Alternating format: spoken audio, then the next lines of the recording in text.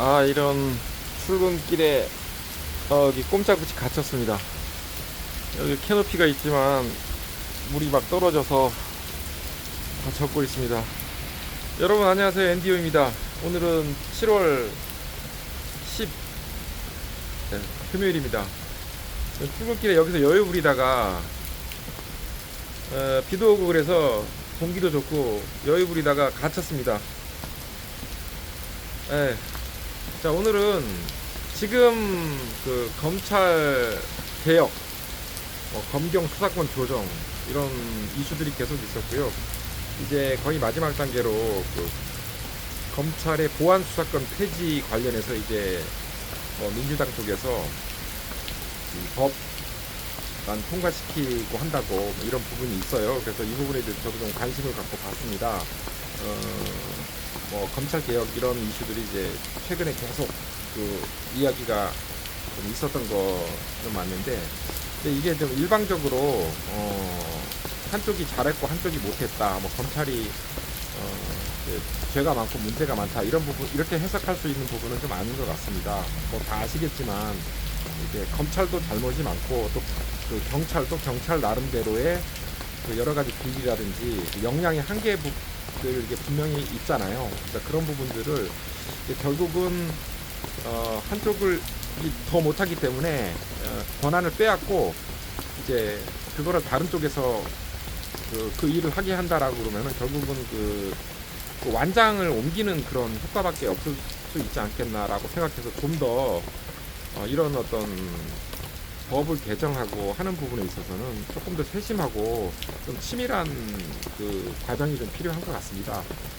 뭐 과거에 그 정치적인 이슈가 좀 많아서 어떤 검찰의 그 좀 독단적이고 그 어떤 권력이 치중돼 있으면서 그거를 이제 제한해야 되겠다는 그런 부분들로 하면서 이제 검수완박이라는 그런 것들을 이제 구호를 내걸면서 이제 검찰의 개혁을 많이 주문하고 했었는데, 그렇다고 그거 검찰이 하던 역할을 완전히 좀 없을 수는 없는 것 같거든요. 그러면 그거를 조금 더 변제할 수 있는 부분을 정말 면밀하게 검토하고 그것이 정말 국가와 국민들에게 도움이 되는지를 판단해서 추진하는 게 더 맞다고 생각을 해봅니다.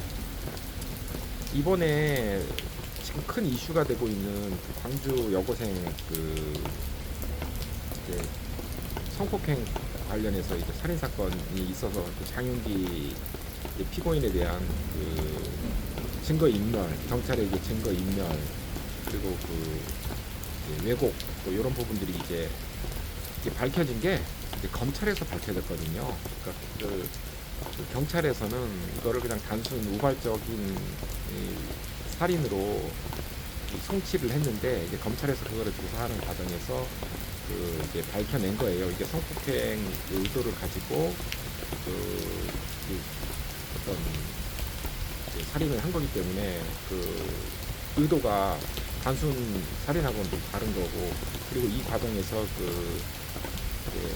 피자의 부친이 관여돼서 증거 인멸이라든지 이런 것들을 이제 조직적으로 이제 경찰 측에서 이제 진행했다라는 부분들을 이제 밝혀진 거기 때문에, 이게 지금 추진하고 있는 검찰의 어떤 수사권이라든지 수사 지휘권, 그리고 그 보안 수사권이 없으면 이거는 이제 밝혀질 수 없는 그런 상황이었기 때문에, 이런 부분들을 이제 정말 심각하게 받아들이고 이제 법 개정을 하는데 좀 더 그 치밀한 면이 좀 있어야 되겠다고 생각을 이제 할 수밖에 없습니다.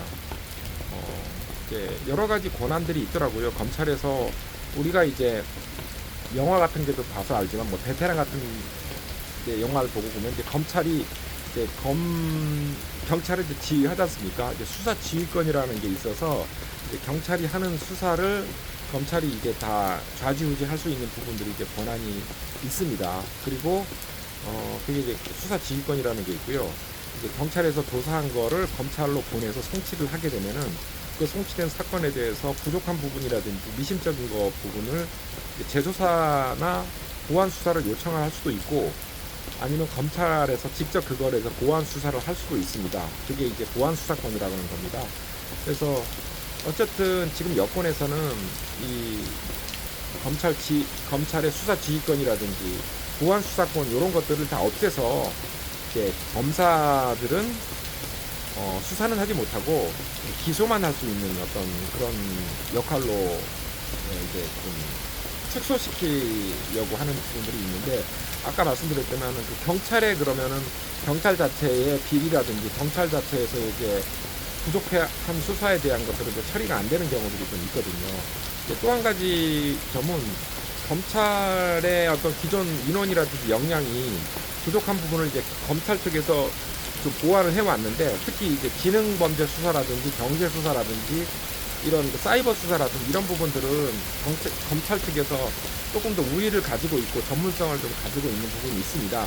그런데 이제 그런 부분들을 안 하게 되면은 기존에서 경찰 조직에서 그거를 안 하던 부분을 이제 할 수가 없거든요. 그러면 그쪽 분야에 대한 수사가 제대로 이루어지지 않고 이 진행이 좀 안 될 확률이 많아요. 아무래도 전문성이 좀 부족할 수밖에 없는 거기 때문에, 그게 갑자기 뭐 팀을 만들었다고 그게 되는 것은 아니고 그 전문성을 좀 포함한 것들이라고 볼 수 있겠습니다. 그런 것들도 있기 때문에 분명히 이거에 대한 좀 보완은 좀 있어야 되지 않겠나라고 생각을 좀 해보고요. 저희 같은 일반인들은 뭐 사실 이거에 대해서 의견을 낼 수도 없고 잘 모르지만, 어쨌든 이 장윤기 사건으로 통해 봤을 때, 그리고 또 우리가 여러 그 사건을 통해서 알 수 있었습니다. 경찰이 뭐 여러 가지 신고를 하고 뭐 해도 제때 뭐 수사도 안 하고 이런 경우들도 뭐 비일비재하거든요. 그러니까 그런 부분들이 분명히 경찰도 문제가 있는데, 여기에다가 더 권한과 책임을 막중하게 더 준다? 너무 그렇게 급하게 갈 일인가라는 좀 생각 좀 해보기도 합니다. 그런 부분들은 결국은 이 후속에 대한 후과에 대한 그거를 좀 예측을 해서 시간을 좀 갖더라도 좀 더 치밀하게 좀 가져갈 필요가 있고, 지금의 검찰의 권한을 어떤 조정하고 축소하고 좀 더 정교하게 가져가는 노력을 좀 필요하고, 마찬가지로 그러면 그 경찰에 대한 견제를 어떻게 할 것인지, 경찰이 이제 권한을 갖게 되면은 그 경찰은 지금 막대한 그 인력과 그 조직을 갖고 있거든요. 그들의 견제를 할 수는 없는 거 아니겠습니까? 그런 부분들을 잘 검토해서 해봤으면 좋겠습니다. 그러니까 우리나라 프로세스들이 보다 보면은 어떤 하나의 목적을 가지고 그거를 달성하기 위해서 조금 세심한 부분들을 좀 안 보는 것 같아요. 그래서 뭐 예를 든다면은 인식이법을 통해서 학교 앞에 시속 30km를 일괄적으로 제한한다든지, 그러니까 이런 부분들은 그 목적 하나는 달성할 수 있겠죠. 그 앞에서 차량은 줄일 수밖에 없고, 거기서 이제 속도 단속계 놓고, 그 다음에 이제 과태료도 부과를 하기 때문에. 그렇지만 불필요한 시간에 많은 사람들이 이제 그거에 따른 피해는 보지 않습니까? 새벽 시간이라든지 공휴일이라든지 이런 때 이제 사람도 없는데 속도를 줄여야 되고, 그런 불편함들은 또 많이 있는 것 같아요. 또 뭐 다른 경우에서도 또 애매하면은 통제를 해서 그냥 거기 가지 못하게 그냥 다 막는 부분이 있는데, 그게 어떤 하나의 목적이겠죠. 그게 뭐 안전이든 이렇게 있는데, 그것 때문에 이제 생계를 유지하고 그것 때문에 생활하는 사람들에게 많이 불편할 수 있는 그런 부분들이 좀 있는 것 같습니다. 그래서 이번 뭐 검찰 개혁이라든지 검경 수사권 조정이라는 부분들에 대해서 급하게 하나의 포인트만 보고 갈 게 아니라 정말 국민을 위해서 좀 면밀하게 분석을 하고, 이거에 대해서 정확하게 국민들하고 소통하면서 바로 제도를 만들어 가는 게 필요하다고 생각합니다. 비가 좀 겠네요. 출근해 보겠습니다. 오늘까지 출근하고 내일 모레 쉽니다. 여러분 좋은 주말 되세요.